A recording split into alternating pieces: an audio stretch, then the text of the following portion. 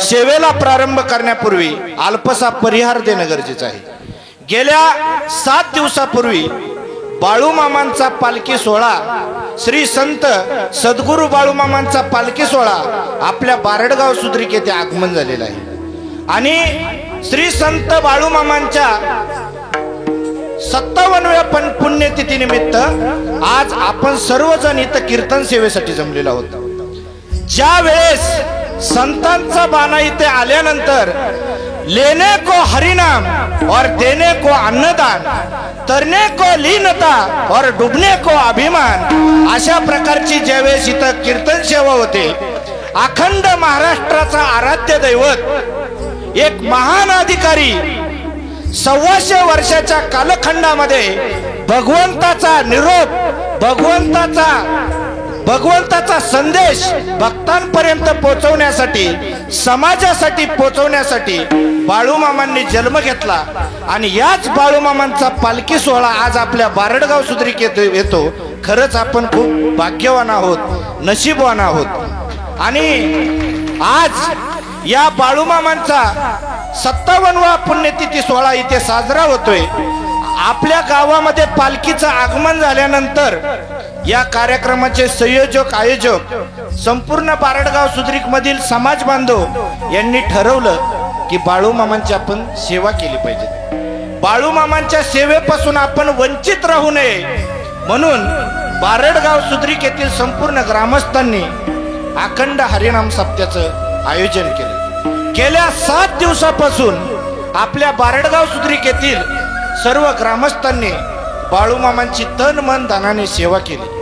ज्यांना ज्या प्रकारे सेवा करता येईल त्या प्रकारे सेवेचं योगदान मामांच्या चरणाशी वाहतायत आणि आज मामांच्या पुण्यतिथी निमित्त कीर्तन सेवा करण्याचा योग माझ्या जीवनामध्ये प्राप्त झाला।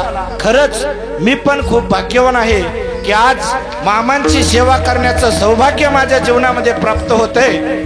तुकाराम महाराजांच्या भाषेत जर सांगायचं झालं, तुका म्हणे मज घडो त्यांची सेवा, परी माझ्या दैवा पार नाही। तुका म्हणे मज न घडता सेवा, तुका म्हणे मज न घडता सेवा, तुका म्हणे मज न घडता सेवा, तुका म्हणे मज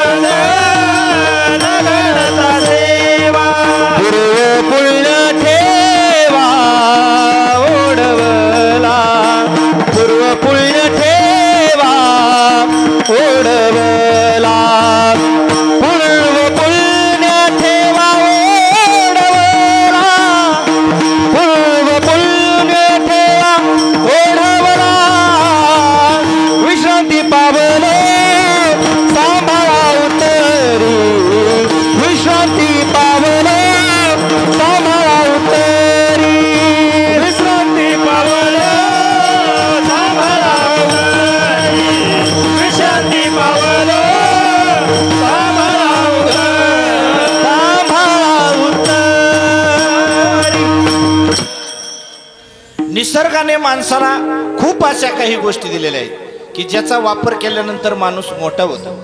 जसं की हात दिलेले आहेत, पाय दिलेले आहेत, डोळे दिलेले आहेत, विचार करण्यासाठी बुद्धी दिलेली आहे, भावना प्रदान करण्यासाठी मन दिलेलं आहे आणि या सर्वांना एकत्रित आणण्याचं साधन म्हणजे मानवी जन्माचं शरीर दिलेलं आहे।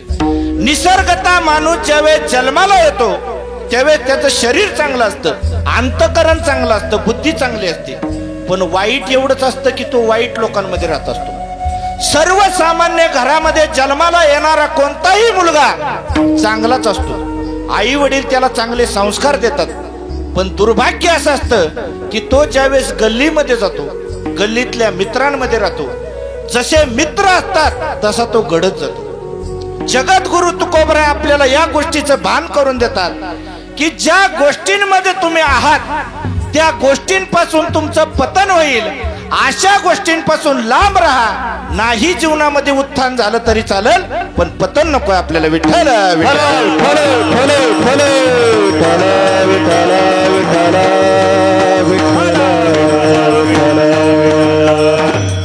सर्वसामान्य घरामध्ये जन्माला येणार पण मुलगा चांगला असतो.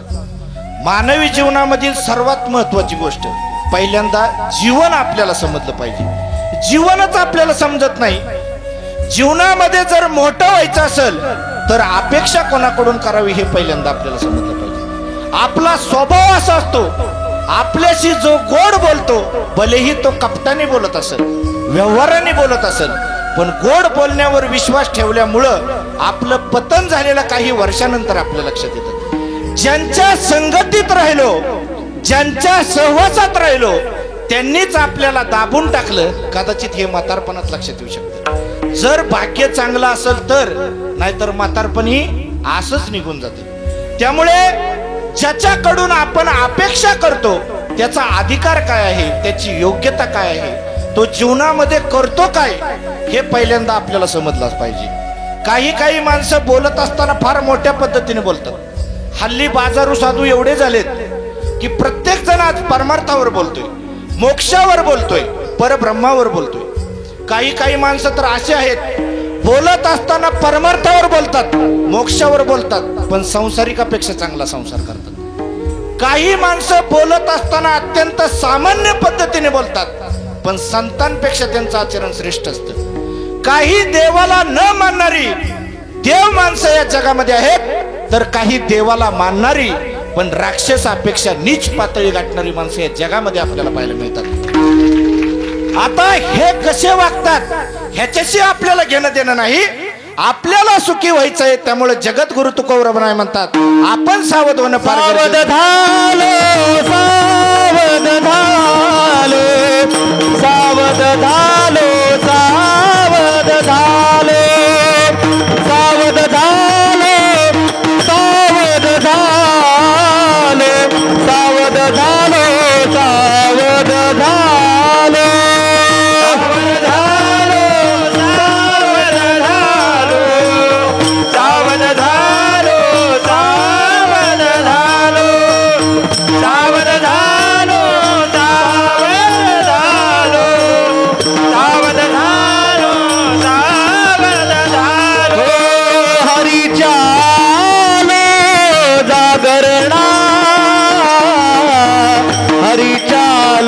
जागरणा, हरी चालो जागरणा, हरी चालो जागरणा.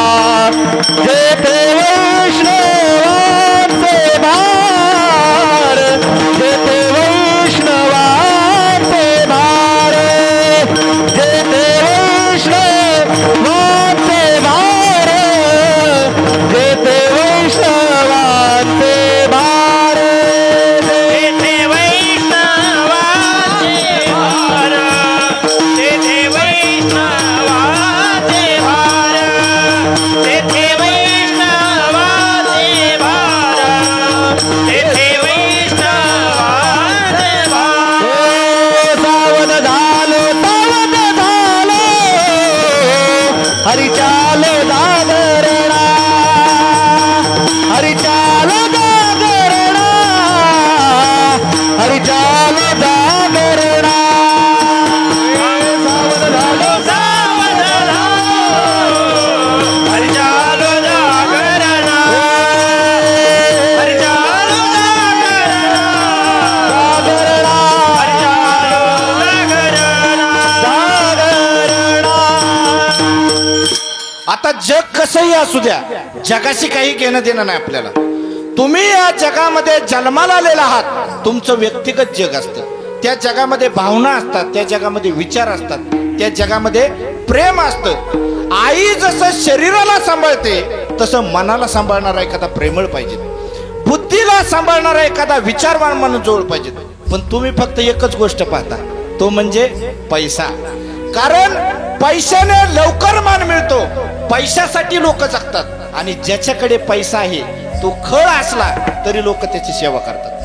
अंतकरणाला न सहन होणारं बोलणं देखील सहन करून घेतात. पण साधू संत दोन शब्द जरी बोलले ना तर त्यांच्यावर रागवतात. कारण पैशाने माणूस एवढा गुलाम झालेला आहे की पैशाच्या अतिरिक्त दुसरा पुरुषार्थ त्याला या जगामध्ये दिसत नाही. साहेब जर बोलला ना तर अंतकरणातनं रडू येतं पण चेहरा मात्र हसरा असतो. कारण पैशासाठी माणूस एवढ्या खालच्या पातळीला गेलेला आहे की पैशाच्या अतिरिक्त दुसरा पुरुषार्थ त्याला या जगामध्ये दिसत नाही. पण संतांचा अनुभव मात्र असा आहे की पैशाशिवाय सुखी कसं व्हावं हे साधू आपल्याला जीवनामध्ये शिकवत असतो. पण दुर्भाग्य आपलं असं असतं की अशा साधू संतांच्या सानिध्यामध्येच आपल्याला कधी जाता येत नाही. त्यामुळे पैशाने माणूस एवढा मोठा होतो की त्याची विचारसरणीच बदलते. संसारामधली जी तज्ञ माणसं असतात ना संध्याकाळच्या वेळेस कुत्र्याला घेऊन फिरायला जातात आणि अभिमानाने सांगतात की आम्ही कुत्र्याला घेऊन फिरायला आलोय. कुत्र्याला जर विचारलं तर कुत्रा हसत असतं की मी याला घेऊन फिरायला आलोय. म्हणजे जी माणसं जनावरांसोबत वागतात ती माणसं साधू संतांच्या सानिध्यात कधी येऊ शकतात. माणसातला देव ज्यांना दिसत नाही तर जगामध्ये देव पाहणारे जे संत आहेत त्यांचं सानिध्य मूर्खांना केवळ लाभेल. त्यामुळे निसर्गाने जो आपल्याला मानवी जन्म दिलेला आहे तो आपण कसं जगतो याच्यासाठी दिलेला नाही, त्याचा आपण कितपत उपयोग केला याच्यासाठी खऱ्या अर्थानं साधूचा जन्म आहे. विठ्ठल विठ्ठल विठ्ठल विठ्ठल विठ्ठल. तुम्हाला आम्हाला जे हृदय दिलेलं आहे ना हे रस्त्यावर उभं राहून कोणालाही वाटण्याकरता दिलेलं नाही. ज्याला प्रेमाची गरज नाही त्याला सुद्धा आपण हृदय द्यायला तयार होतो. आणि उद्या जर या हृदयाला जखमा झाल्या तर दारू पिऊन गटरीतलं होतं. सर्वात मोठी मानवी जन्मातली चुकी अपेक्षा नसताना हृदय देताय, त्याची मागणी केली नसताना हृदय देताय. न पेक्षा अशी योग्यता कमवा की ज्या वेळेस तुम्ही रस्त्याने जाल हजारो लोक तुम्हाला पाहायला जमतील. हजारो लोकांनी तुमची अपेक्षा केली पाहिजे. ही योग्यता आपल्याला मानवी जन्मामध्ये कमवता येते. अशा उच्च अधिकाराचं जीवन आपल्याला जगता येतं. पण दुर्भाग्य असं असतं की फक्त साधू संतांचं सानिध्यच आपल्याला लाभत नाही.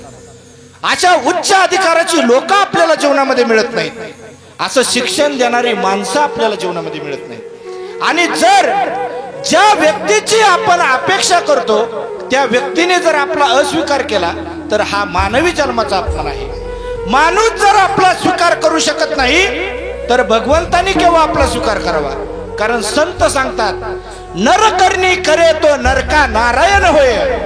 हा तर माणूस घडू शकला नाही जीवनामध्ये, माणूस होऊ शकला नाही जीवनामध्ये, याच्यापेक्षा पतन काय असू शकतं दुसरं. ज्ञान किती आहे आपल्याकडे याला महत्व नाही, आपला अधिकार किती मोलाचा आहे हे फार महत्वाचं आहे.